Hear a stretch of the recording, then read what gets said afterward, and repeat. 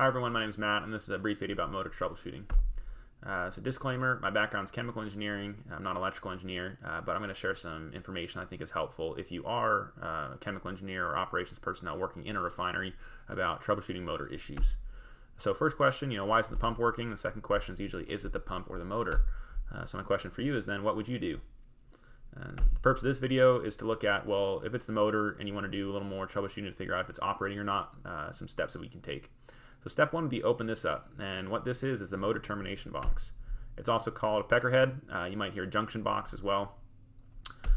What this contains, if you were to look inside it, is the feed wires from your power source and then the lead wires that will connect to the motor phases. And so here, if you look at it, you can already tell it's a three-phase motor, which is the most typical.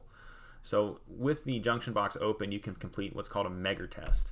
And so a Megger test will measure the resistance between each set of phases.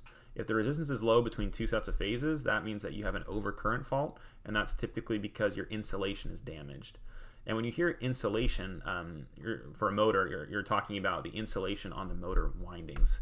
What motor windings are, if you were to open up and look inside, is all these wires together, and it kind of looks disorganized. Well, it definitely looks disorganized, but there's actually there's three different phases that need to be separated, and the insulation is really a varnish type insulation.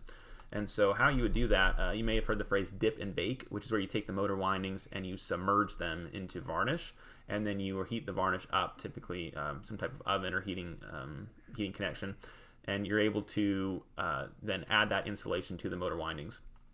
So the three phases of the AC motors must remain separated. If they do not remain separated or that insulation is damaged, then you will have an overcurrent fault.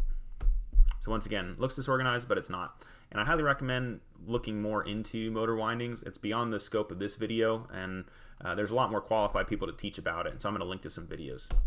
So the first one I would check out is the YouTube channel ABB Motors, and they have a playlist, Motor Knowledge Up, Cost of Ownership Down, that really goes into electrical motors, specifically kind of industrial electrical motors, and helps you understand some of the costs associated with them.